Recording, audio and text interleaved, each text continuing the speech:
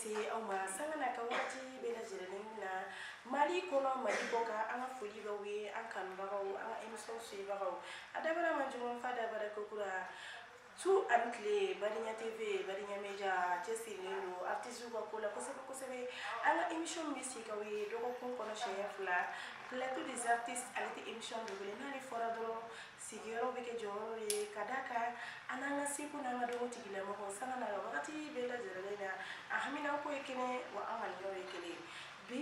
ne ye wele bila an ka artiste denmisɛnnin dɔ ma Mali kɔnɔ Mali kɔ kan mɔgɔ t'ale ko fɔ mɔgɔ ye ne y'ale tɔgɔ fɔ aw ɲɛna sisan sigiyɔrɔ bɛ kɛ jɔyɔrɔ ye aw bolo aw ni ne kanubagaw nin wagati an bɛ jɛ ka dusu bagayɔrɔ bisimila Bariɲa TV ka jabaranin sanfɛ an ka bɔlɔlɔ sanfɛ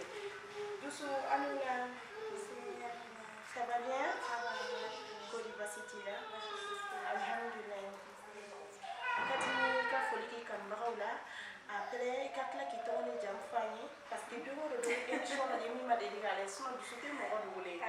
mais don o don bɛ émission lajɛ cɛ deli k'a lajɛ ayiwa sani n ka kuma n b'an filɛbaga bɛɛ lajɛlen fo cɛ muso denmisɛn ani mɔgɔkɔrɔba an ka foli bɛ bɛɛ lajɛlen ye kosɛbɛ ne tɔgɔ Dusu Bagayogo ne ye dɔnkilidala ye ne Nahawa Dunbiya ale fana ye dɔnkilidala ye Mali la ne y'ale denmuso ye ani Ngu Bagayogo ale fana ye fɔlikɛla ye ne y'ale fana denmuso ye voilà. Ok nin wagati la Dusu bɔra k'a fa yan fan ba yan fan fɔ kanubagaw ɲɛna Dusu Bagayogo n b'a dɔn ale ka di mɔgɔ caman ye kosɛbɛ kosɛbɛ parce que a bɛ san 2 ɲɔgɔn bɔ mɔgɔ caman de bɛ ne yɛrɛ wele ko Ayida Jɛma mun ne tɛ ka Dusu Bagayogo ta mun bɛ yen n ko non fosi tɛ yen mais ko olu ka ko yaya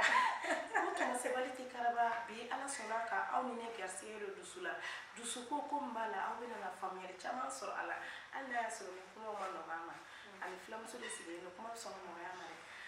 Dusu a ka d'an ye nin wagati la Dusu e ka morceau premier tɔ ninnu tɛ dɛ cachette premier min n'i donna n'ale ye studio la ni mama y'i bilasira i donna studio la i bɔra morceau ninnu kɛra Mali fantan a naani diɲɛ fantan naani bɛɛ lajɛlen na a ka di n ye i ka atabɛlɛ fitinin kɛ n'o ye o tuma na an bɛ sɔrɔ ka tɛmɛ ni émission mandi ye Kukule asile nule tabaye Kukule asile nule tabaye Kukule asile falaya edibi jogo asile aye folidi fala tanuma asile banta edibi jogo enne mama aye folidi wolo banta numa asile fanta edibi jogo enne mama aye folidi wolo fanta numa asile jiginta edibi jogo enne mama nule tabaye. nin kɛra sa nin dara tuma min na ani ɲinan cɛ a ka can dɔɔni mais Dusu seginna ka sisan a kɛra n'a fɔ cachette in dilanna sisan de Dusu voix ma changé a dara a dacogo la a tun ka timi cogo min a tilala ka timiya ka tɛmɛ o kan Dusu nin bɛ sɔn ka artiste denmisɛnninw kamana gan kosɛbɛ kosɛbɛ an tɛ fara la bi a bɛ nin segin dɔ ma Dusu doni nin bɔra tuma min na kokulen a ma dogo diɲɛ fantan naani si la mais est ce que doni sera ka Dusu labɔ Mali kɔnɔ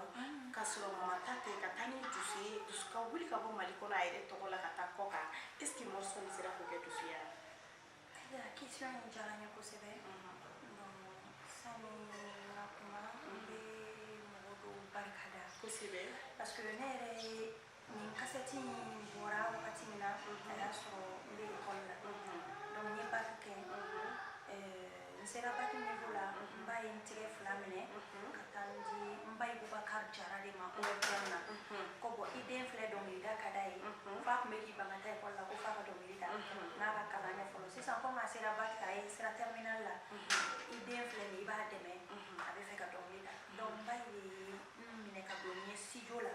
a waati n tun ma cassette yɛrɛ bɔ donc a taara ni ye ORTM studio de la a don ne ni Fati Ɲame fila a y'an fila de ladon ORTM studio kɔnɔna na an ka dɔnkili kelen kelen dilan donc ne nana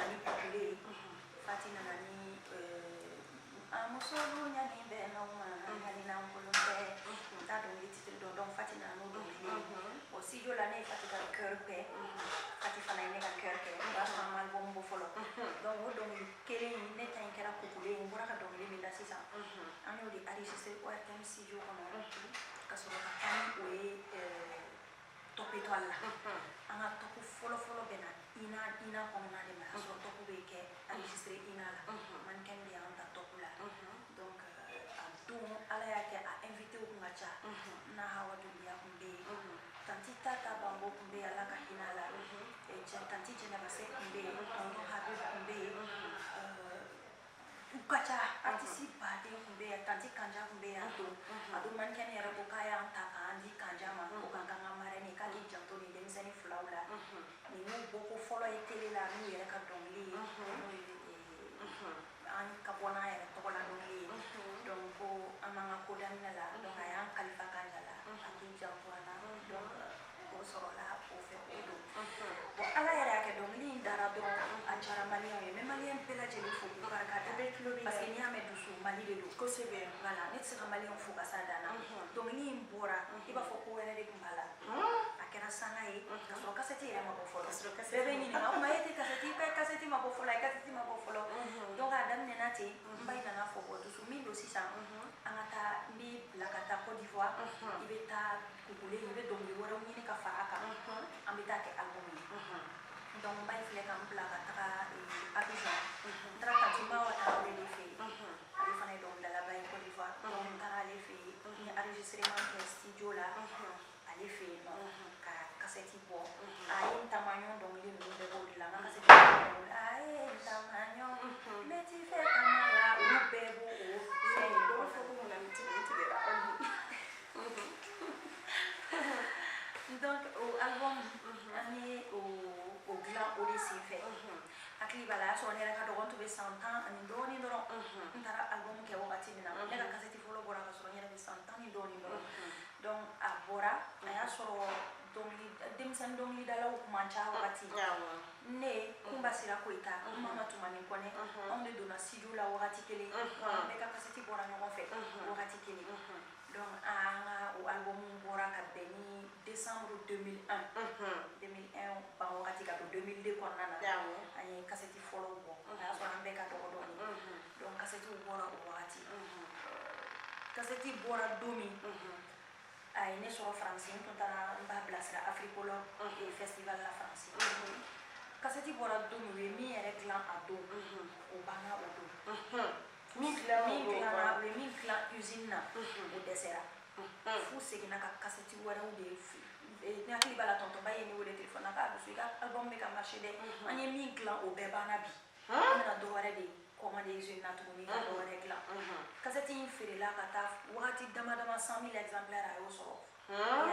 donc a fere la yere ne la album ka marché cassette follow ni wati jena mse ka fo album fere la a konona na fana ni tourner min kenale ma ke ni cassette foyi ma ke ni cassette voilà donc pour ka question jabi bo kono ni concert chama ke ni cassette ni ka contrat soro kata wati yere la ne contrat so euro ntu me tourner ni sénégalais do ani guinéen tanti haja yati ani sénégalais artiste dans ça va de musique électronique ani to on de tourner là ne tara o wakati ne 2002 2003 beke o tourner là ya kliba la fo mko ko wakati do la ko ne mankene we histoire do foni tonton yoro kan ko tonton yoro e ko do ke so ala va do tiente amila so be ma ne tununa o wakati de tellement que album yere jara mo ye ne tourner o sora ko nana fo ntara tu tourner o ke o wakati la 2002 2003 no beke tourner la donc les chances sont pas tournées chama que Europe kata fo Asie donc pour que bon cassette ya ina se ro chama e concert chama ya c'est amado dusu ale siku ni do tigla mo bae ambe wakati mina ina fo sisa wale numa ko ni akato atiki kono abi ni mantelo abu courage bari do la dusu ka cassette premier adana to mina fo kala sepi abi niveau mina amani ne akelo ko abora ni wakati kono na aida do tuma chama na kuma mumbala na beke bunya masiki ka se a dɛmɛbagaw ma kuma minnu b'a la n'a bɛ kɛ bonyamasegin ka se Mbaye Boubacar Jara n bɛ n bɛnkɛ fo dante foli min na ayiwa ka Mɔnikɛni yɛrɛ fo bonyamasegin ka di kosɛbɛ ɲuman ka to a kɛbaga kɔnɔ ɲumankɛla tɛ nimisa o tɛmɛnen ko ka bɔ yen an b'a dɔn dusu kɔni artiste min don ale tagayɔrɔ man ca an n'ale tɛ taa ɲɔgɔn an n'ale tɛ bɛn yɔrɔ caman na wa an ka da la ale ka kuma fana man ca mais kanubagaw bɛna nin bɛɛ lajɛlen dɔn dusu avant an ka taa ɲɛfɛ parce que dusu ye sɔrɔli ma nɔgɔn dɛ a tɛ sɔrɔ donc ni filamuso ye e sɔrɔ bi sɛgɛn ɲani an yɛrɛ b'a dɔn ne den de don dusu sisan avant an ka taa ɲɛfɛ a ka di n ye i ka mama ka dɔnkili kelen da kanubagaw ye parce que mɔgɔkɔrɔba dɔw bɛ émission suit caman de tun ko n'an ma dusu sɔrɔ ko ka Nawa ta ko ka mama ta ko u ka jɔ n ka n den ta fɔlɔ donc a ka di n ye parce que ko ni dusu ye Nawa ka dɔnkili la k'a kɛra ko mama yɛrɛ jɔlen b'a kɛrɛfɛ donc ayiwa minnu y'a fɔ an kɔni tɛ kuma dɔw tɛ maloya sɔrɔ ko in kɔnɔ bɛɛ k'i miiri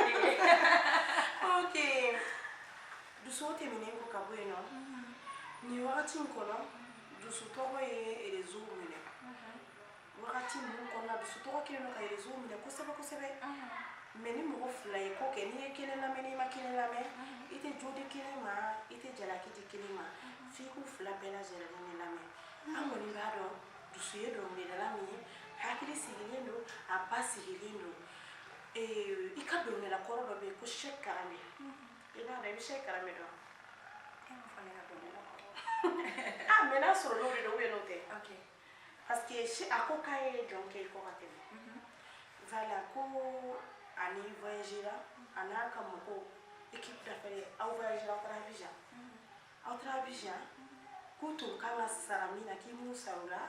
u sɛgɛnni kɔ ka ɲɛni kɔ m'a dɔn ko 6000 de wa k'i y'o de ta ka d'u ma alors que contrat e ni ne yɛrɛ kɔrɔmuso Jɛnɛba Sɛki k'aw bɛɛ taara prix kelen de la combien de millions mais dusu tagara dusu ma to k'olu lajɛ u ka hôtel la depuis aw taara loger Abidjan olu bilal'u damayɔrɔ la parce que ni Vertu ni a ka mɔgɔw tagara Vertu bɛ bila yɔrɔ min na i peut-être o da ka gɛlɛn ka tɛmɛ a ka mɔgɔw k'olu tun bɛ yen nɔ k'i ma to k'olu lajɛ fo aw nadon selen i ye mɔgɔ de ci ka taa 600 di olu ma alors que olu taara o ye hakɛ min k'i kɔ vraiment 600 tɛ se ka o yɔrɔ ɲɛnabɔ kelen na ko Heribert ko tun bɛ yen nɔ o sɛgɛnna kosɛbɛ est ce que c'est vrai n denmuso e bɛ enjoy question in diyara n ye kanubagaw aw ni ne an bɛ jɛ k'a lamɛn dusu baga ye da ale b'an bolo kɔrɔ nin wagati la i b'a dɔn fɛn dɔw bɛ yen nɔ ne dusu filɛ depuis ala ye n da e m'a fɔ i bɛ fama ne ma kosɛbɛ ne ye san joli kɛ n b'i kɔ ne tɛ réseau artiste ye dusu i ka segin ne tɛ réseau artiste ye e tɛ réseau artiste ok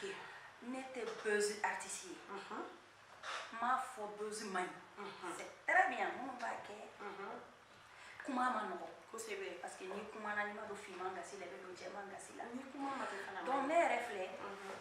i b'a dɔn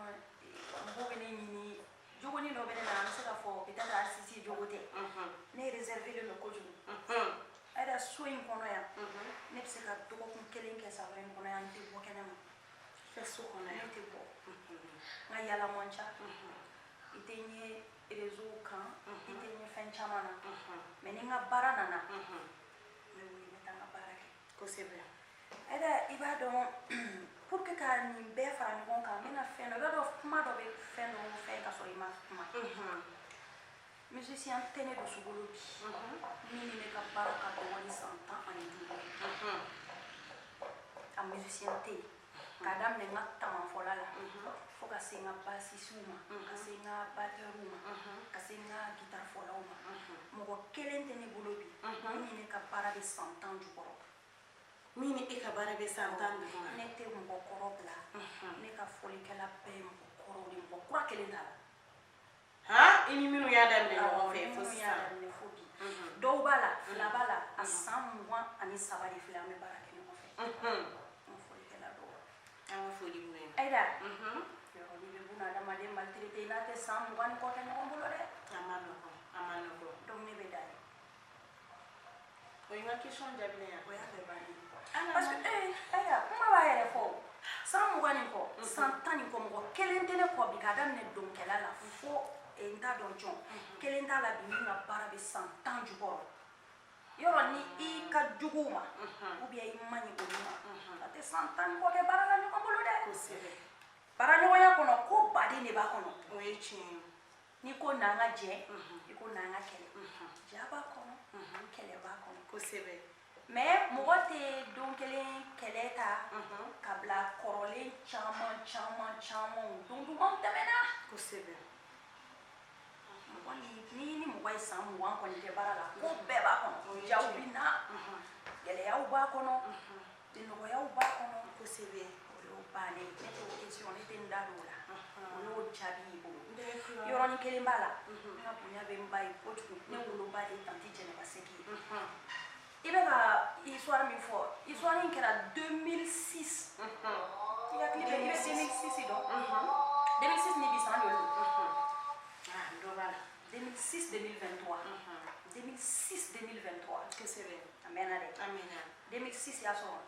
ne ye dɔnkilida daminɛ hali n'a mɛnna bɛrɛ tɛ kosɛbɛ ne ka carrière ne tɛ se ka n kun suma tanti jɛnɛba sɛki ma a wagati fo ka diɲɛ wuli depuis ne ka dɔgɔ depuis n tɛ ko kalama ne ba bɛ dɔnkili da tanti jɛnɛ bɛ dɔnkili da kosɛbɛ bon mɔgɔ minnu bɛ tanti jɛnɛ wele ka ne wele an tɛ se ka kɛɲɛ ɲɔgɔn na fo ka diɲɛ wuli pour répondre à ta question o yɔrɔnin n b'o yɔrɔnin dɔrɔn de jaabi ye tanti jɛnɛ ka kasi ani dusu ka kasi a tɛ se ka kɛ kelen ye fo ka diɲɛ wuli hali respect min bɛ da an kan ale ye ne ba de respect pour elle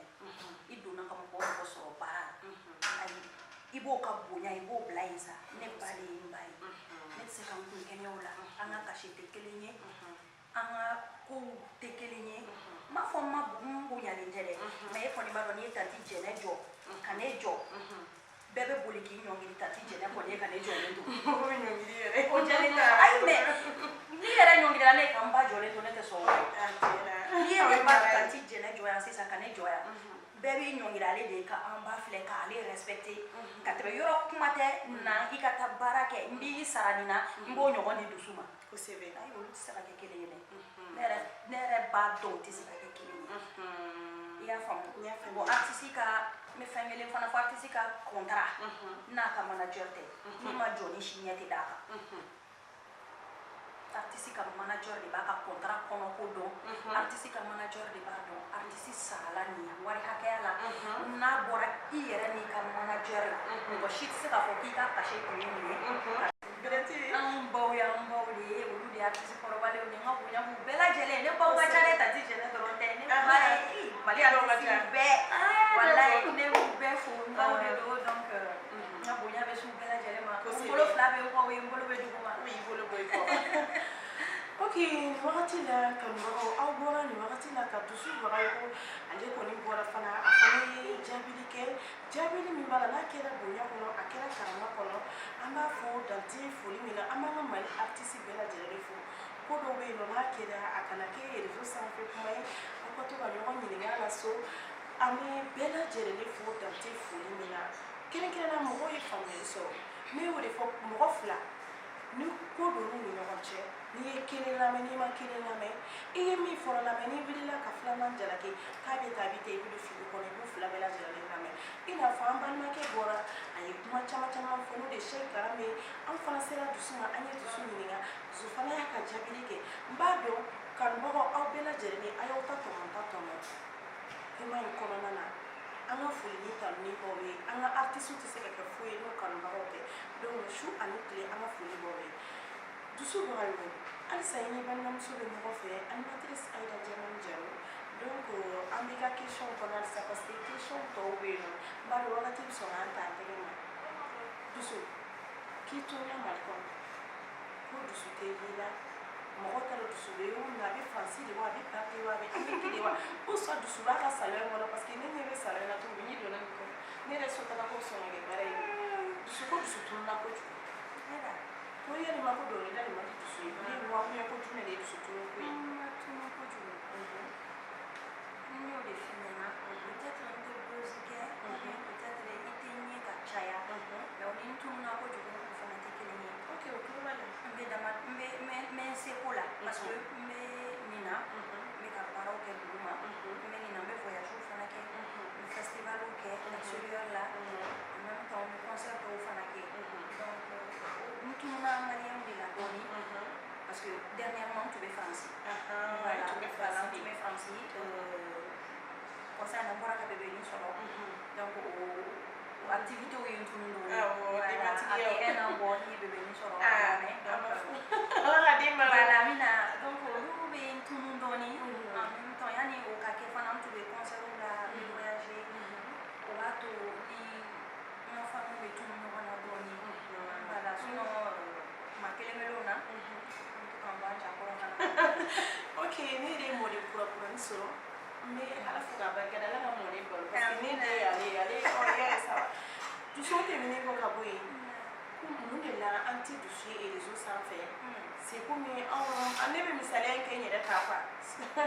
c'est comme anw b'an yɛrɛ bila réseau sanfɛla ko minnu na an tɛ dusu ye réseau kan dusu ka live sigi man ca n'i y'a ye live kɔnɔ nin kalo in na i bɛ se ka 3 mois 4 mois kɛ i tɛ dusu ye tuguni wa dusu ka video dilan man ca réseau sanfɛ dusu réseau sanfɛla dun kelen bɛ fɛn bɛɛ e ko k'e tɛ réseau fɛ a ma nɔgɔn dɔɔni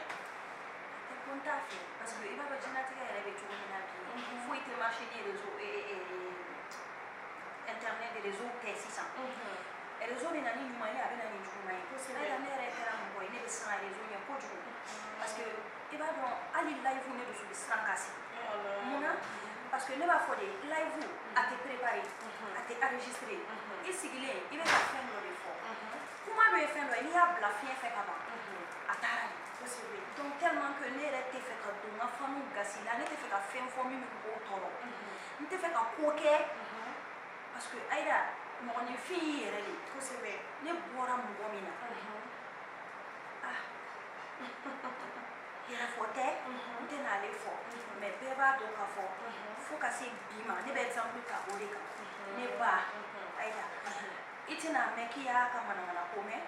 i tɛna mɛn k'i y'a ye ko la min ye ko nɔgɔlen ye ale tɛ réseau yɛrɛ dɔn a tɛ réseau dɔn i b'a dɔn compte TikTok t'a bolo fo ni mɔgɔ y'a créé a tɔgɔ la compte Facebook t'a bolo a t'a dɔn a bɛ kɛ cogo min na yɛrɛ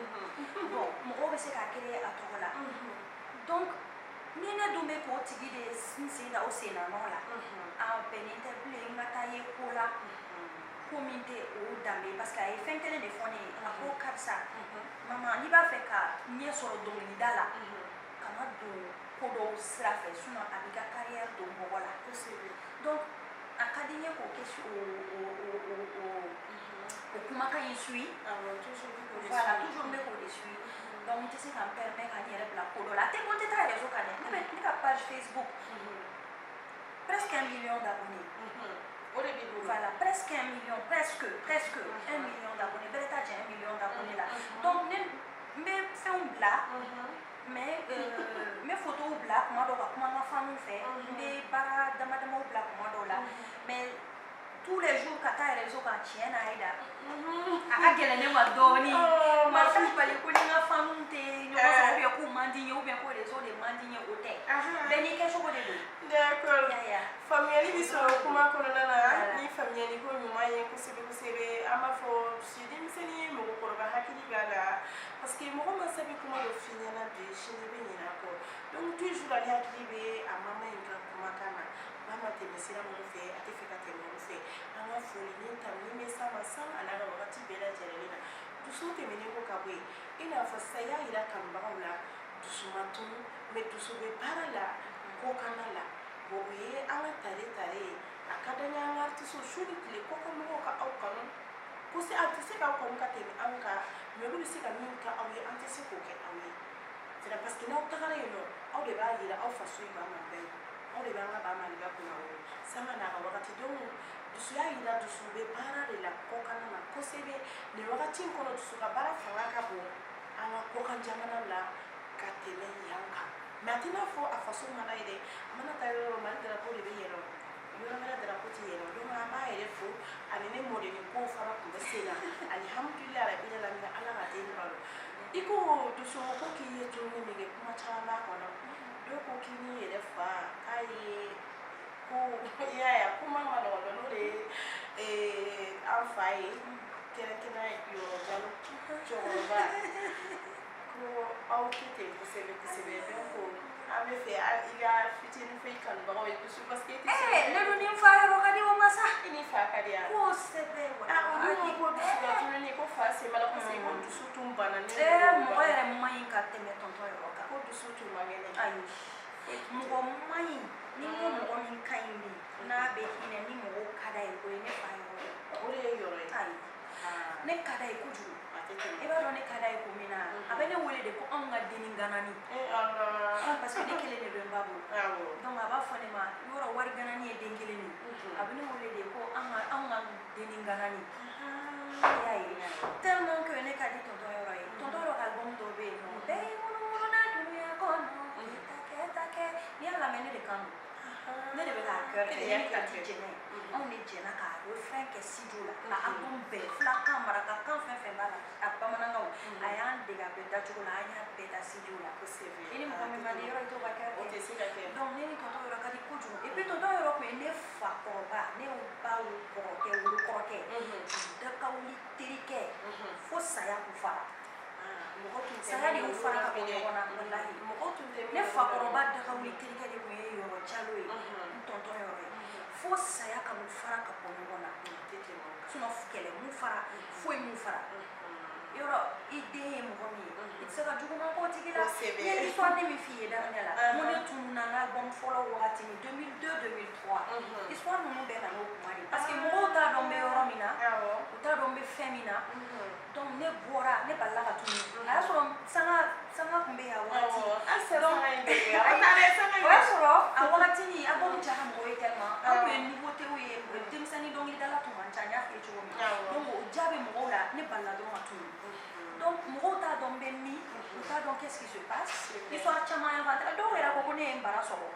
ko jiji na ne kono ko ne banke ne ai ne para ko era c'est o ne siraonye donc histoire chama fora après da so ne tourner la sur là ni tanti mu era ni ko be festival dola oui faut yoro jamba oui ko non lay donc tanto ko dusu fetila mo foi tenane ba be da fi ba ngi be amo ba je postila ya so ne to wuri be tourner non wakati no mo ta do mbe mi ki ba wa balla ka tunu donc histoire chama inventera ko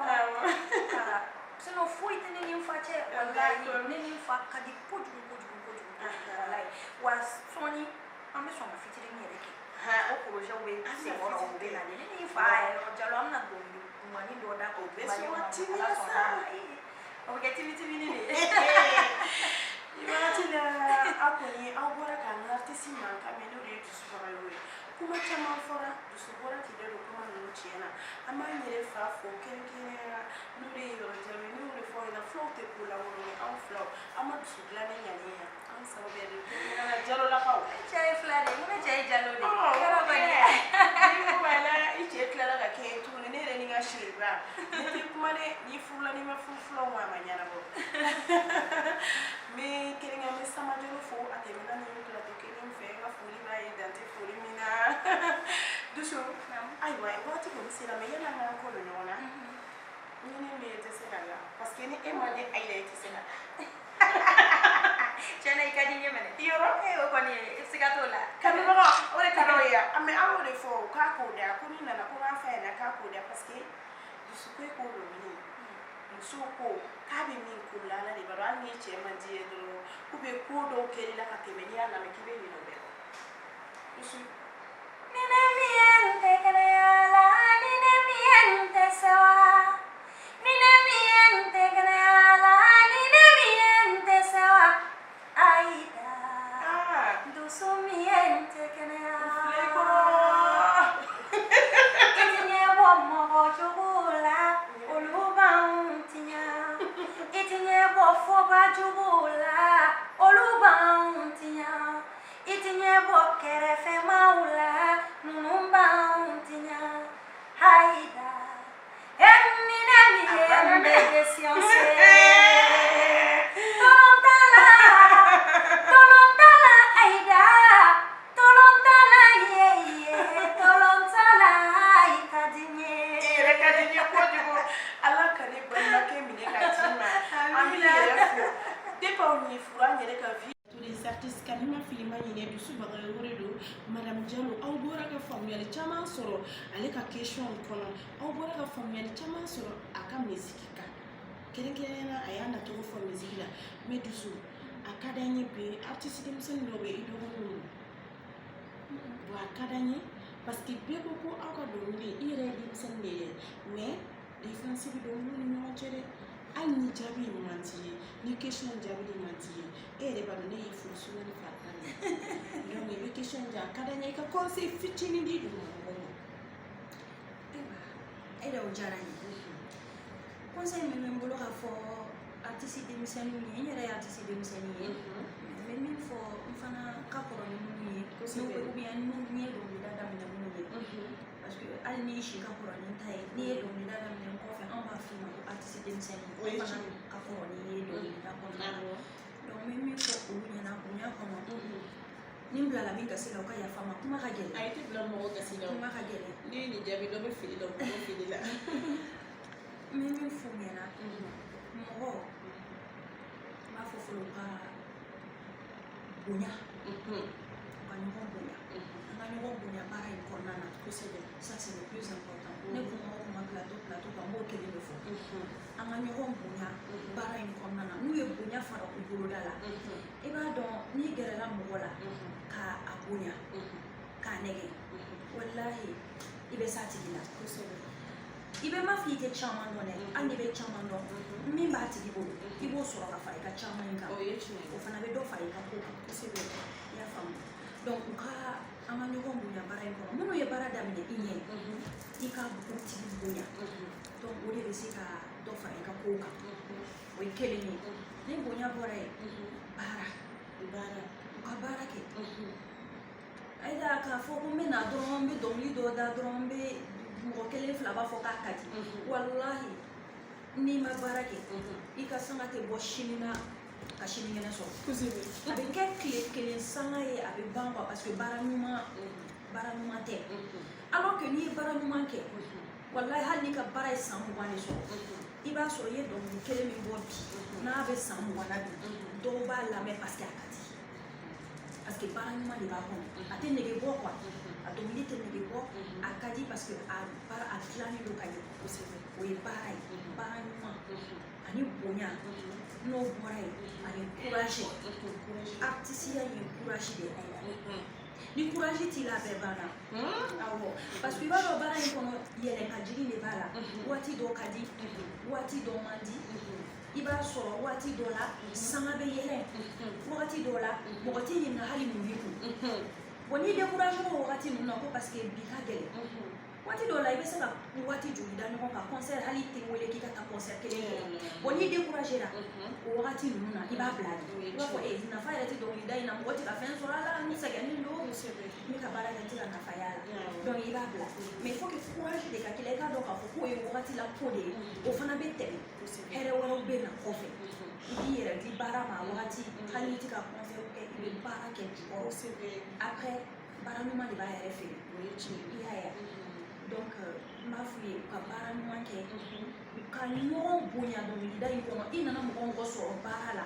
a bonya a tɛ foyi k'i la a tɛ foyi k'i la donc i b'o tigi bonya voilà i ka baara kɛ a fɔra a banna donc o saba ni min sera k'o sɔrɔ courage baara ani bonya ne hakili la a clé o y'a clé de dilen filɛ i ma i bɛ se ka da caman yɛlɛ n'a ye d'accord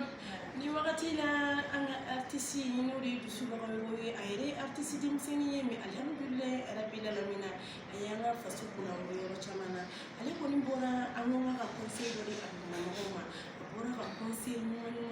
a ti ɲumanw k'a d'u ma bonya ni karama kɔnɔ o tɛmɛnen kɔ ne ko dusu an sera émission kuncɛyɔrɔ la mais yan'an k'a kuncɛ ne balimakɛ fasa bɛ da fɔlɔ kelen fana dusumɔgɔ fila ye ɲɔgɔn sɔsɔ kelen ko k'i ka dɔnkɛla dɔ bɛ k'i y'a dɔn ladon France kelen ko k'i m'a ladon France ayiwa muso ko tɛ nin na dɛ jaabi ye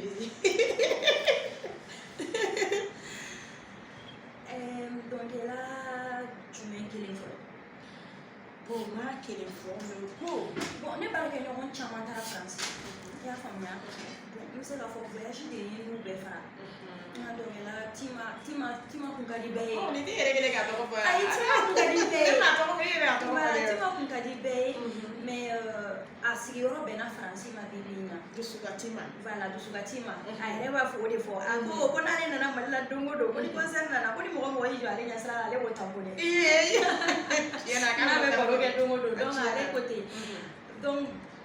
fɛn voyage de ye n'a fara a sigiyɔrɔ bɛnna ye ala ye furu nɔgɔya ye donc a sigira Faransi a taara furu de sira fɛ donc a sigira Faransi o de y'an ka baara jɔ sinon hali sini n'an ye ɲɔgɔn sɔrɔ yɔrɔ la ne ka baara sɔrɔ ye ne k'a wele k'a ka na k'a kɛ fa kɛra Faransi a nana Mali la o ne taara Faransi o ani boli de bɛ na k'a kɛ voilà donc foli t'an cɛ n'u bɛɛ ka di voilà ok aw bɔra k'a fɔ question jaabi min dusu fɛ sisan ani Tima ka di foyi t'u ni ɲɔgɔn cɛ ayiwa Tima ye sansi sɔrɔ an bɛ ala fo k'a barikada ala ka n'a cɛ k'an bɛɛ kun bɛ ɲɔgɔn bolo dusu Mali fila bɛɛ ye furu jarolakaw mais i b'anw fasa de da o la an bɛ sɔrɔ k'an kɔ don ɲɔgɔn na filaw fasa ah ouais o de don dɛ an fasa filaw tɛ wa a bɛ cogo di n'ala sɔnna ma i b'anw fasa da dans 3 mois i bɛ jansan de si filadenw tulo bɛ n kan na dangolitigiw ani cɛkɔrɔtigiw tulo bɛ ne kumakan na fila de ka fɔ Jaloni jagite siri bengran sangare fla fina fla matia fla jera fla matia fla boyana fla matia fla doyara fla matia ngani dusu kola bora fla domi fla kwani mbetia fla usomi na dusu kombe nyombe aida mali fla beni ore ajere ai wani balmake o aw de bɛ se ka dusu jansa aw de bɛ se ka ne kuma wala sa ni dusu bilama ka aw fasada ɲamana garaba ni falajɛ garaba kɛrɛnkɛrɛnnen na ko mɔgɔ tɔgɔ fɔ t'a la mais aw y'a faamuya hakili la a ka di ni ala sɔnna ma aw ka dusu jansa ni misi ye o bɛna diya n ye a ka da la k'a fɔ ko filaw y'a tasuma ni farida la ok ne tun ka bi artiste weleli ye ale de tun ye dusu mamadu madame Jalo ale de tun bɛ n ka plateau des artistes n ka mɔgɔ welelen bɛnna ne ma an ka wagati kɔni bolodali ale nana i cogo an kɔrɔ an bɛ foli bila an ka artiste ye a bɛ baara min na a k'a bila kɔrɔ ye a kana bila manajugu ye halisa ala ka taga ɲɛ d'a ma yala biyama ala ka fɛn bɔ a la fɛn min ka fisa n'a yɛrɛ ye o tuma na an ka foli kɔ bɛ a kan bɛ dɔgɔkun na ta artiste wɛrɛ ka kɛnɛ kan i n'a fɔ jeli wɛrɛ ka kɛnɛ kan ne b'aw bila bayi bayi a ca